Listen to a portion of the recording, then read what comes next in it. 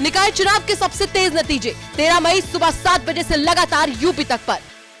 मैं स्पष्ट रूप से कह सकता हूं कि रामपुर शहर में समाजवादी पार्टी हार रही है। यहां मामून शाह खां की जीत हो रही है। स्वार में समाजवादी पार्टी नहीं जीत रही है। वहां भी अपना दल एस के प्रत्याशी जीत रहे हैं, शफीक अहमद अंसारी साहब। अब लोग बहुत जागरूक हो गए हैं। उनकी बदतमीज़ी, उनकी बदकलामी, उनका ध्रुवीकरण कल सब धरा का धरा रह जाएगा और आप देखेंगे कल से एक नई शुरुआत होगी जिसमें जो पुराने घर हैं सिर्फ वही राजनीति नहीं करेंगे, जो नए लोग हैं जो सड़क से उठ कर आते हैं वो भी कल को चेयरमैन और विधायक बनेंगे। नमस्कार, मैं हूं आमिर खान और आप देख रहे हैं यूपी तक। हम इस वक्त रामपुर में हैं। रामपुर के हमारे साथ कुछ लोग मौजूद हैं। हम उनसे जानने की कोशिश करेंगे कि जो 11 निकाय चुनाव संपन्न हुए हैं, कल मतगणना होगी, किसका पल्ला भारी है, कौन हार रहा है, कौन जीत रहा है, क्या इस बार आजम खान शो मेकर की भूमिका में उभरेंगे या उनकी सियासत ख़त्म हो जाएगी। इस बारे में हम रामपुर के लोगों से जानने की कोशिश करते हैं क्या उनका कहना है। जी, क्या नाम है आपका? सबाहत खान। सवाल में क्या लग रहा है? निकाय चुनाव में अभी संपन्न हुआ है, कल इसके रिजल्ट आएंगे तो देखिए जो बदलाव हैगा, एक बहुत बड़ा बदलाव नज़र आ रहा है जो इससे पहले नहीं था। और इस बार जो है लोगों की जो समीकरणें थी, जो सोच थी, उसके विपरीत बहुत सारे कैंडिडेट खड़े हुए हैं जिनका ऐसा कोई बैकग्राउंड नहीं था, पॉलिटिकल कोई गॉडफादर नहीं था। उसके बावजूद भी वो बहुत अच्छा चुनाव लड़े और जीत के करीब हैं। ये इस बात को संभावित करता है कि आने वाले समय में रामपुर की पॉलिटिक्स में नज़रिया लोगों का बहुत ज़्यादा बदल चुका है और बदलेगा। तो इस बार क्या आजम खान साहब जो है वो शो मेकर की भूमिका में होंगे या सियासत उनकी ख़त्म हो जाएगी? क्या लग रहा है इस बार? देखिए, ख़त्म सियासत का तो मैं नहीं कह सकता, लेकिन अब शो मेकर की भूमिका में तो वो रहे नहीं पिछले कुछ टाइम से। उसके सबसे बड़ी वजह ये है कि जब उन्हें वोट डालने का ही अधिकार नहीं रहा तो उनके सियासी ज़्यादातर अधिकार तो ख़त्म ही समझिए। दूसरी बात ये है कि यहाँ पर एक उनकी आज़म भाई की पॉलिटिक्स जो थी वो उनके अल्फाजों पर ज़्यादा थी, लफाजी ज़्यादा थी उनकी। वो बड़ी बड़ी स्पीचेस देते थे जिनका जो अब न्यू जनरेशन है 40 ईयर्स से कम वाली, उस पर कोई ख़ास प्रभाव नहीं होता। उसे अब वो लोग चाहिए जो उसके बीच के हों, उनके बीच में से उठकर हर वक्त उनके अप्रोच में हैं और वो लोगों की इज़्ज़त करते हों। वो ये नहीं समझें कि मुनारकी चल रही है, अगर वो सत्ता में आ गए तो बाकी सब ग़ुलाम हैं, जिसकी चाहे इज़्ज़त उतार ली, जिसको चाहे इज़्ज़त दी। ऐसा नहीं चलेगा। वही लोग आगे इस्टेब्लिश होंगे जो सेवक बन के काम करेंगे। इसलिए जो नई जनरेशन है, यूथ है, उसने समाजवादी या और अदर जितने भी दल हैं इनके विपरीत कुछ नए लोगों को वोट ज़्यादा किया है, जिससे हमें लगता है कि बदलाव तो बहुत बड़ा आने वाला है। तो क्या माना सवाल ये है कि क्या समाजवादी पार्टी को मुस्लिम वोट चढ़ा है या नहीं? समाजवादी पार्टी का तो अब लोगों के सामने आहिस्ता आहिस्ता चेहरा उजागर हो रहा है, क्योंकि समाजवादी पार्टी के साथ कुछ मुस्लिम नेताओं ने मिलकर 7% यादवों के साथ जैसे 22% मुसलमानों को हलाल करा दिया, इस तरह का कार्य हुआ है। वो अब सामने आ रही है पिक्चर और उसको अब मुस्लिम समाज बहुत तेज़ी से समझ रहा है कि जो पिछले टाइम पॉलिटिक्स में रहा कि क्षेत्रीय पार्टियों से जुड़ के उसको जो नुकसान पहुंचा है, उसको वो आज समझ रहा है कि आज उसे अपना अस्तित्व के बारे में सोचना पड़ रहा है। इसलिए अब दोबारा बदलाव तो आएगा, जो भी सोचेगी वो सोचेगा, लेकिन मुझे लगता है कि समाजवादी पार्टी से बहुत हद तक तो अलग होने का चांसेस दिख रहे हैं मुझे। जी साहब, क्या नाम है आप? मेरा नाम काशिफ खां है। काशिफ भाई, क्या लग रहा है इस बार? मैं आपको बता दूं कि मैं ग्राम प्रधान संगठन का ज़िला महासचिव हूं और स्वार टांडा से 4 बार विधायक रहे पूर्व मंत्री नवाब काजिम अली खान नवीद मियाँ साहब का पीआरओ हूं। मैं 2 सीटों पर मैंने ख़ास तौर से नज़र रखी इस चुनाव में। मैं स्पष्ट रूप से कह सकता हूं कि रामपुर शहर में समाजवादी पार्टी हार रही है। यहां मामून शाह खां की जीत हो रही है। स्वार में समाजवादी पार्टी नहीं जीत रही है। वहां भी अपना दल एस के प्रत्याशी जीत रहे हैं, शफीक अहमद अंसारी साहब बहुत अच्छे वोटों से मार्जिन से जीत रहे हैं। ये दोनों सीटें ऐसी थीं जो आज़म खां उनके परिवार के वर्चस्व की लड़ाई थी इन सीटों पर, क्योंकि ये रामपुर जो है आज़म खां का निर्वाचन क्षेत्र रहा है और स्वार टांडा अब्दुल्ला आज़म का निर्वाचन क्षेत्र रहा है। इन दोनों सीटों पर समाजवादी पार्टी की शिकस्त ये जाहिर करती है कि अब आज़म खां का सियासत में गिराफ नीचे आया है। तो इस बार शो मेकर की भूमिका में नहीं होंगे आज़म खान? नहीं, आज़म खां पहले भी शो मेकर की भूमिका में नहीं थे। जो वोट यहाँ पिछली बार भी मिला है वो समाजवादी पार्टी को मिला है, आज़म खां को नहीं मिला है। तो क्या समाजवादी पार्टी में मुसलमान वोट चढ़ा? देखिए, मुसलमान वोट चढ़ने के कई कारण हैं। मुसलमान भाजपा को पसंद नहीं करते हैं, शायद ये वजह है समाजवादी पार्टी को वोट देने की। आज़म खां का इसमें कोई फैक्टर नहीं है। जहां आज़म खां नहीं है वहाँ भी समाजवादी पार्टी को मुसलमान वोट दे रहे हैं। तो ये कहना है कि रामपुर में समाजवादी पार्टी को आज़म खां की वजह से वोट मिल रहा है, ये गलत होगा। चलिए मैं बात करता हूँ आसिम जी साहब, क्या नाम है आपका? आसिम इजाज़। आसिम भाई, क्या कहेंगे निकाय चुनाव के बारे में? यहाँ का असल में जो कैंडिडेट समाजवादी पार्टी लेके आए थे वो 10 साल से वही कैंडिडेट था। आज़म खां की अपनी एक हिटलर शाही है, वो जनता की डिमांड पे नहीं देते, वो अपनी डिमांड पे देते हैं कि मुझे ये कैंडिडेट पसंद है। तो जहाँ हिटलर शाही होती है तो हिटलर शाही का नतीजा फिर जनता देती है। और इस चुनाव में जनता ने वो कर दिखाया है जो एक हमारे ही बीच का एक शख्स निकल के आया और ज़मीन से जुड़ा हुआ आप पार्टी से वो कैंडिडेट हुए मामून शाह खां, और उनको बहुत अच्छा जनता ने सर आँखों पे बिठाया और उन्हें बहुत अच्छा वोट दिया। आज़म खां को असल में सिर्फ इस बात की अपने अंदर एक मड़क कह दें या अपना गुरूर या घमंड समझ लें कि जब वो मंच पर तकरीर कर रहे थे तो उन्होंने इसी चुनाव में ये कहा कि 4 कुत्ते जाते हैं और 10 कुत्ते इस गली से आ जाते हैं। तो मैं उनसे ये भी कहना चाहता हूँ वो 4 कुत्ते कौन से थे और 10 कुत्ते कौन से थे? स्टेज पे बैठे हुए वो कुत्ते थे या जो सामने ऑडियंस में खड़े थे वो कुत्ते थे?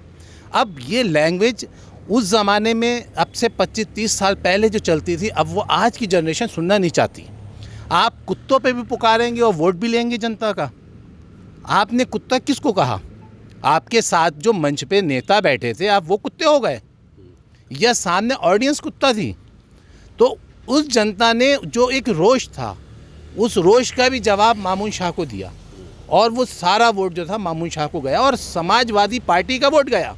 आप देखेंगे कल जब रिज़ल्ट आएगा तो आप ये हैरान करने वाला रिज़ल्ट होगा कि जहाँ जहाँ समाजवादी का गढ़ था, जहाँ जहाँ उनका बहुत दबदबा था, जिस बिरादरी पे उनका दबदबा था, वो बिरादरी मामून शाह को वोट दे के आई है और कह रही है कि हमने समाजवादी को नहीं दिया वोट सिर्फ इसी चीज़ पे कि वो कुत्तों पे तो पुकार रहे हैं।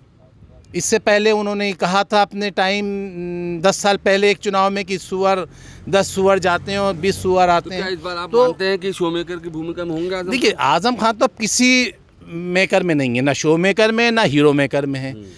आज़म खां की राजनीति तो दी एंड हो चुकी थी उस दिन जिस दिन उनका वोट का अधिकार छीन लिया गया। अब वो एक मुजरिम की हैसियत से और एक उनके ऊपर जो केस चल रहा है उसमें वो इतने बिज़ी और इतने वो हैं अपने आप में कि वो अब राजनीति नहीं करना चाहते, और अगर राजनीति करना चाहते तो वो इस तरह का कैंडिडेट लेके नहीं आते जो कि जिसका सारा पूरी पार्टी विरोध कर रही थी। जिस उस कैंडिडेट के खातिर सारे लोग पार्टी छोड़ के चले गए, उसके बावजूद भी आज़म खान ने उसको दिया। तो ये जनता ने ये सबक सिखाया है। इस बार कल आने वाले टाइम आप देखेंगे कि समाजवादी कम से कम 3 नंबर पे या 4थे नंबर पे होगी शहर में। तो मुसलमानों का वोट समाजवादी को? समाजवादी देखिए, मुसलमानों का वोट अखिलेश यादव के साथ है, समाजवादी पार्टी के साथ है, आज़म खां के साथ नहीं है। आज़म खां रामपुर में है, मेरठ में समाजवादी है, शाहजहांपुर में समाजवादी है, बदायूं में है। तो क्या यहाँ आज़म खां है? आज़म खां के नाम से नहीं है। समाजवादी पार्टी मुलायम सिंह यादव के नाम से थी, अखिलेश यादव के नाम से है। और आज़म खां को उसमें किंग मेकर कहना, मैं नहीं समझता कि वो किंग मेकर है मुसलमानों के। मुसलमान अपना वोट का खुद अधिकार रखता है और जिसको चाहता है उसको देता है। इस बार आप पार्टी को कैंडिडेट अच्छा लगा, आप पार्टी को दे दिया। आज़म खां का अगर दबदबा होता तो स्वार टांडे में भी जिस तरह से वो कैंडिडेट लेके आए हैं अपने दल के सामने, तो ये उनकी हार का एक नतीजा दिखा कि उन्होंने एक बहुल क्षेत्र जो मुस्लिम इलाका है सबसे ज़्यादा, उसमें एक हिंदू कैंडिडेट ला के खड़ा कर दिया। क्यों ला के खड़ा कर दिया? ये उन्होंने वहाँ पर ये चाल फेंकी कि लीजिए भाजपा का जो वोट है वो इसको चढ़ जाएगा, प्लस मुसलमान वोट चढ़ जाएगा। अब कल समीकरण पता चल जाएगा कि उनका समीकरण कितना सही बैठता है, कितना गलत बैठता है। वहाँ का तो चुनाव से मैं इतना वाकिफ़ नहीं हूँ स्वार टांडे के, लेकिन हाँ यहाँ पर कई उन्होंने कैंडिडेट ऐसे उतारे हैं नगर पालिका में जो कि उन्होंने बिल्कुल गलत उतारे हैं।